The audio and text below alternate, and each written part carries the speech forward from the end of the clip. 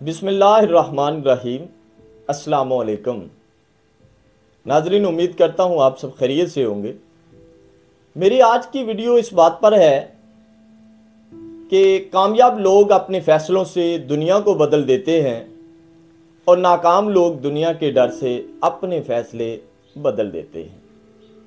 आप जानते हैं कि दुनिया जब भी आप कोई फैसला करने लगते हैं तो दुनिया के कोई ना कोई आपके दोस्त अहबाब कुछ ना कुछ आपको मशवरे देने के लिए आ जाते हैं और ये आप पे है कि आपने फ़ैसला कैसा करना है। वो करना है जिसकी आप कल को ज़िम्मेदारी कबूल करें, या वो फ़ैसला करना है जिसका आपको दूसरे कह रहे हैं। लेकिन जब दूसरों के कहने पर आप फ़ैसला करेंगे तो वो फ़ैसला आपके दिल का नहीं होगा, जिसका शायद आपको बाद में पशेमानी का सामना करना पड़े।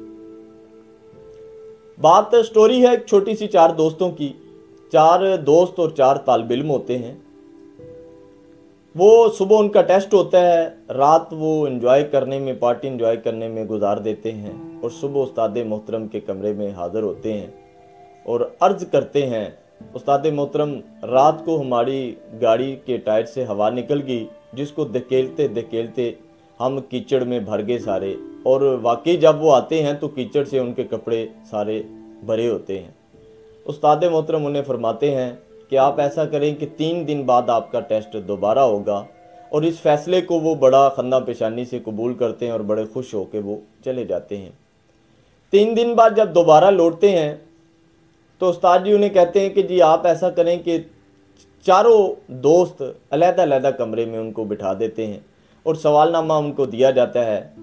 टेस्ट जो होता है वो उनके हाथ में जब आता है तो उस पर पहला सवाल होता है व्हाट इज़ योर नेम, और दूसरा सवाल ये होता है, और जो पहला सवाल है उसका 1 नंबर होता है और दूसरे सवाल के 99 मार्क्स होते हैं। दूसरा सवाल ये होता है कि गाड़ी के किस टायर से हवा निकली। चारों को अब ये जवाब नहीं आता था, चूँकि उन्होंने मन घड़त एक कहानी बनाई थी और चारों का जवाब चूँकि फिर मुख्तलिफ होना था, एक तो नहीं होना था।